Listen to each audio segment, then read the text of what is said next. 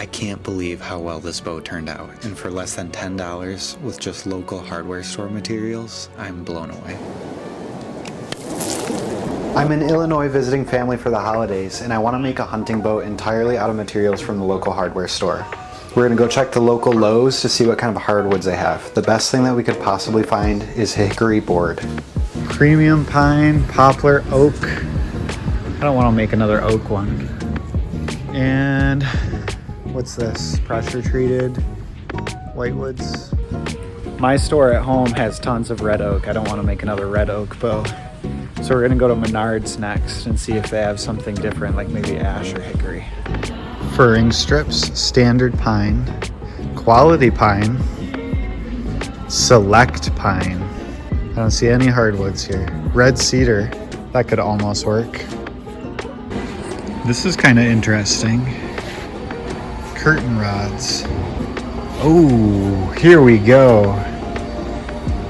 Mahogany. I don't know anything about mahogany. I might have to do some research. Hickory, we freaking found it. This is where it's at. So I'm looking at the grain and trying to find a piece where the grain runs end to end. And by grain, I just mean these growth ring lines. And that might be tough to do, but we're at least in the right species of wood now. The hardwood selection at this Menards is honestly fantastic. They have maple, tons of red oak, chestnut, red cedar, which are all good bow woods, but hickory is what I'm after, so I'm just gonna pick the best piece of hickory and get out of here. This one might work. I'm blown away by how many options they have here. This is the best hardware store I've ever been to. So I got this string. This string is free when you check out. It's for like tying things to your car. It's low stretch, perfect bowstring material. I spent $9.75, including taxes, for this piece of wood. I think we're gonna make an awesome bow for less than 10 bucks. I'm back at home and I've got my piece of hickory and my bowstring material. I'm honestly super excited for this hickory board. Hickory is one of my favorite bow making woods just because I think it's the easiest to work with, and it's also super duper forgiving, so I should be able to get a really cool bow out of this piece of wood. Honestly, the hardest part of this whole process was the airplane ride with the big pieces of wood. Technically, if your luggage is over 61 inches long, it's an extra $100, but they didn't happen to measure it. I got away with quite a bit of stuff that was oversized on the airplane this time. So what I'm gonna do is I'm gonna unwrap this plastic and then mark out my design. I think making a board bow like this is one of the easiest and cheapest ways to get into bow making. Making a high quality hunting bow for less than 10 bucks is totally achievable. And these hardware stores like Menards, I think, are countrywide, all the way around the lower 48. It just happens that where I live, all we have is a Home Depot within 5 hours drive. I'm gonna measure this piece of wood. I think I wanna go with a 64-inch long recurve bow. 64, half of 64 is 32.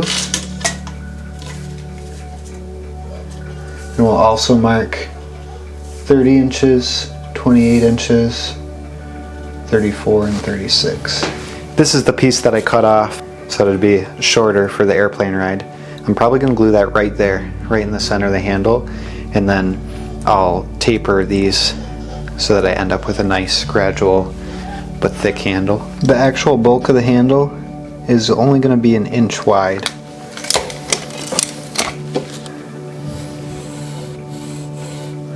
And then it'll get wider here. And I'm also gonna mark 12 inches from the end.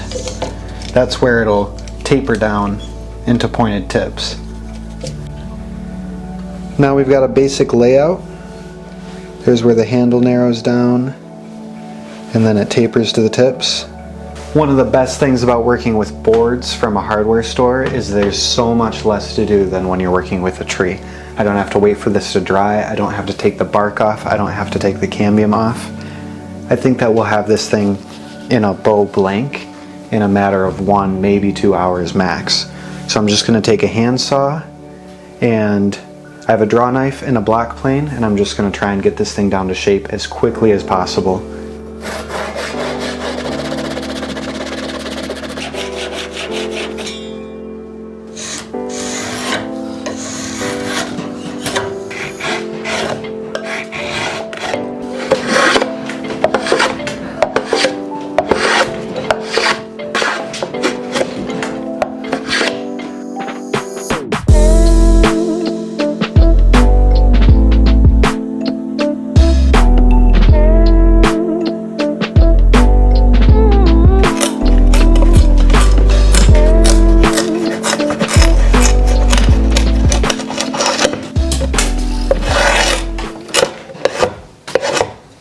sometimes the wood likes to be cut in one direction but not the other.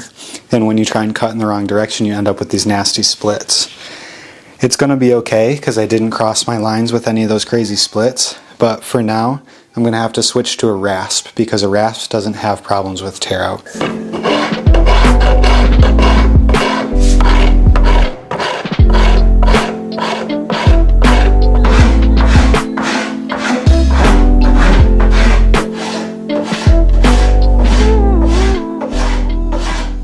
Now that I got this bow to shape, I need to get it to thickness. I'm starting with 1/2 inch thick because every wood is different and I'd rather have it too thick than too thin. I'm going to take my hand plane and get it as close to those lines as possible and then finish the job off with a rasp.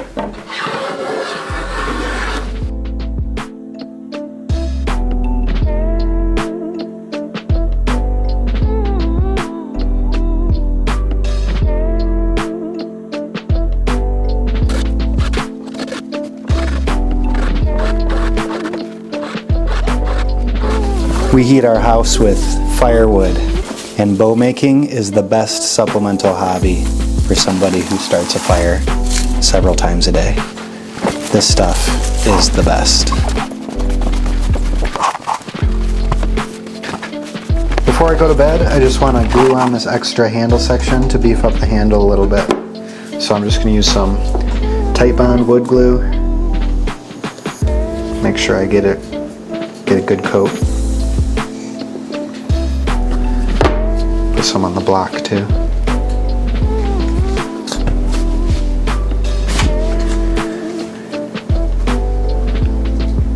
Then I'll clamp that down. That should be dry enough that I can shape the handle in the morning. Alright, so this glue is dry now, and we should be able to finish shaping the handle. My goal for the day is to finish getting this bow to shape and then thin the limbs down until they're bending. This is still pretty freaking stiff.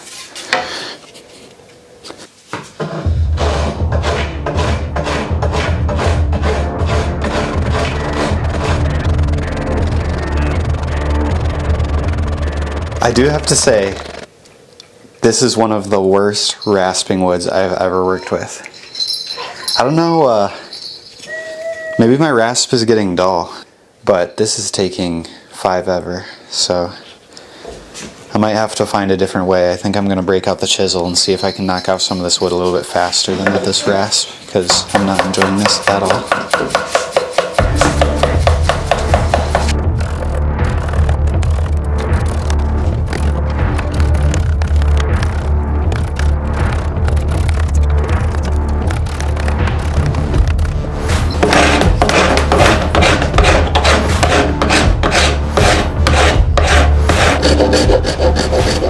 Now that I've got this handle blended in with the rest of the bow, it's actually got these imperfections in the handle, like whatever this was, some sort of knot in the wood. I actually really like that. So the next thing that I need to do is get it bending. Right now, if I was to put a string on this bow, it'd probably draw somewhere over 100 pounds. And I don't actually know if this wood can handle that, and I definitely am not strong enough for that either. So I want to get it down to about 50 pounds. Because hickory is one of the strongest woods that I work with, I'm always super duper shocked how thin it needs to be in order to get it to the proper draw length, or draw weight anyway. So I'm going to mark another line, and I'm going to have to rasp for another couple hours in order to get this smoothly down to about 1/4 inch.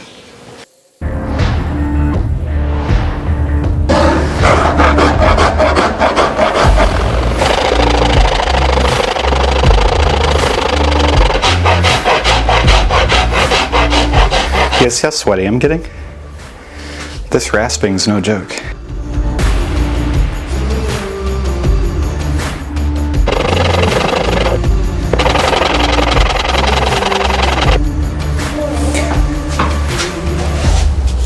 Now that I got it rasped onto the lines, it's starting to bend a little bit. Let me put the clamp on. It looks nice and smooth. But there's all these rasp lines on top, so I need to take those off.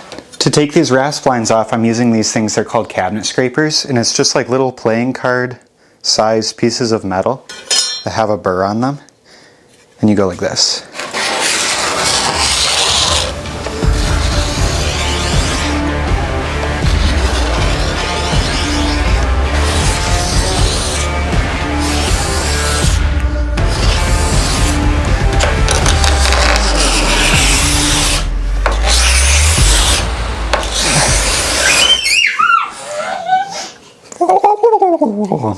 So this bow, it's bending now. And it's actually looking super duper good. So I'm just gonna put a couple, hang on. Now what I need to do is put some string grooves on there.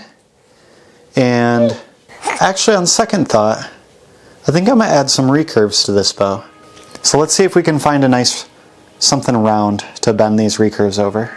So this is my recurve form. It's got 3 different angles that I can put on my bows, and this is by far the most gradual, and I've never actually used it. So I want to try to put a really gentle recurve into this bow, but also make those tips reach far in front of the handle so that I'm maximizing how much power I'm getting out of this piece of hickory. I'm boiling the bow in water. I'm going to boil it for about 15 minutes, and then I'm going to use this heat gun to keep it hot while I add weight to the end of the bow, and then let the weight actually pull it around this recurve. I'm hoping that this nice gentle recurve is going to be super easy for the wood to accept. We won't have any problems with splitting or cracking, which is something that I do worry about when I'm using kiln dried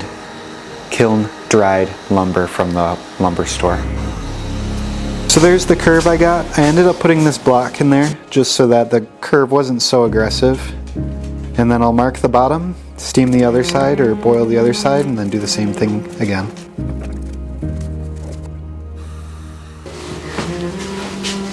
While I'm waiting for that to cool down, I'm gonna make knock tip overlays, which is just the thing on the end of the bow that protects the wood from the string. I'm using Osage orange because it's a popular bow making wood. I just had some scraps laying around, and also because it's super duper hard, especially if you char it like this. And I also think that that charring looks super duper cool.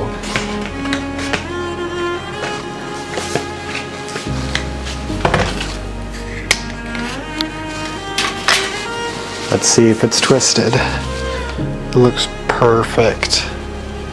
That's gonna be sweet. Nice, gradual recurves. This bow profile looks amazing. So now I'm gonna glue on those extra pieces for the tip overlays, and then tomorrow morning we'll shape them and put a string on this thing.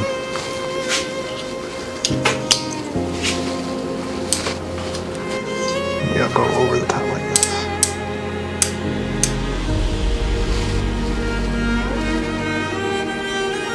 Okay, just need to wipe off the excess, and then tomorrow that should be ready to carve.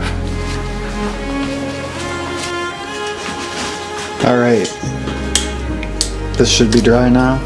I can shape these knock points.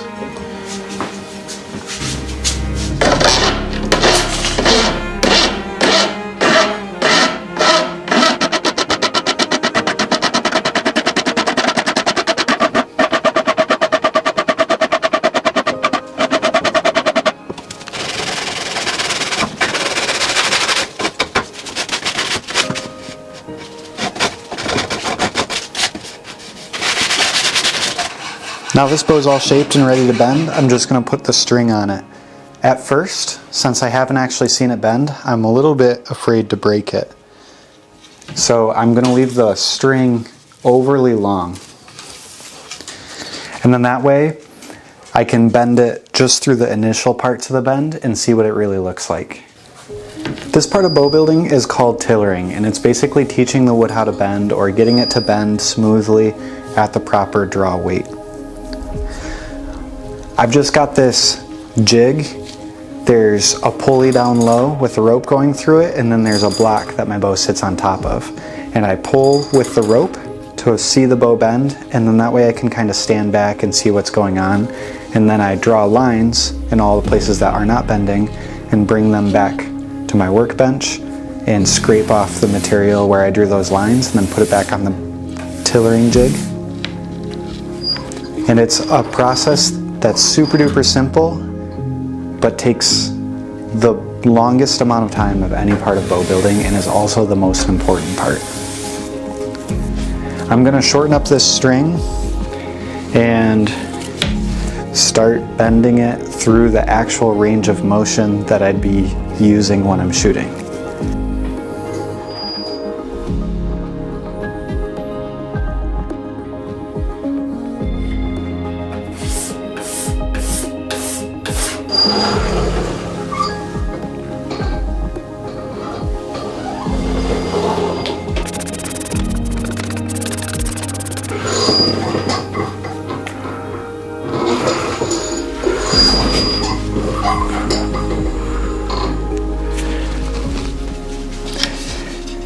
There's always a decision point when you're tillering a bow. Do I keep tillering further and lose draw weight, or do I just call it here? And this bow looks pretty good, but you know, I'm at my target draw weight, but the tiller's not absolutely perfect, and it never will be. If I continue bending it and removing material, we're gonna lose draw weight, but we're gonna have a smoother bend. And I've decided that this tiller's pretty good. I'm gonna finish shaping this handle, and then we'll be shooting this thing within the hour. For you guys, probably within 30 seconds.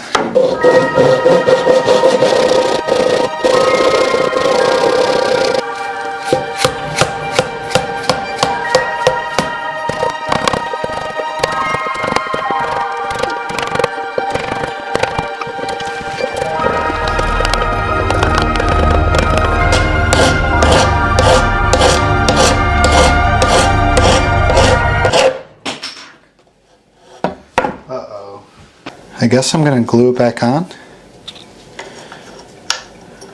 I'm not really sure if it'll stay. Let's try it anyway. That kind of stinks because I was about to shoot this bow like within the next 20 minutes.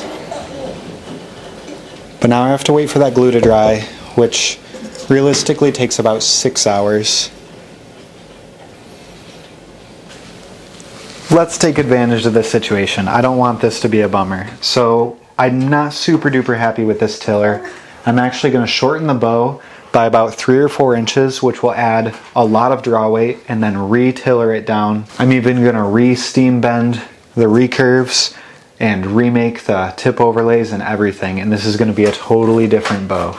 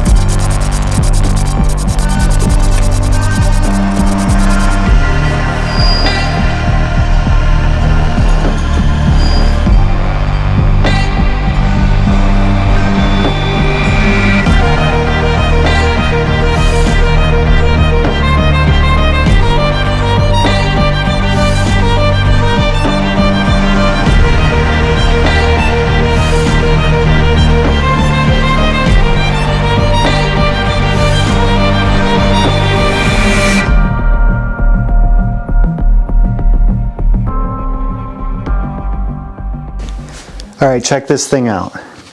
That's 28 inches.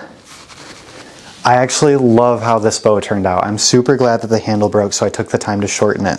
Because this is a super compact, super light bow, but it's plenty powerful, and because of the recurves, it's still super duper smooth at my longer draw length. I'm blown away by how well this board bow turned out. For only $9. Isn't that crazy? Now, all that's left is to shoot it.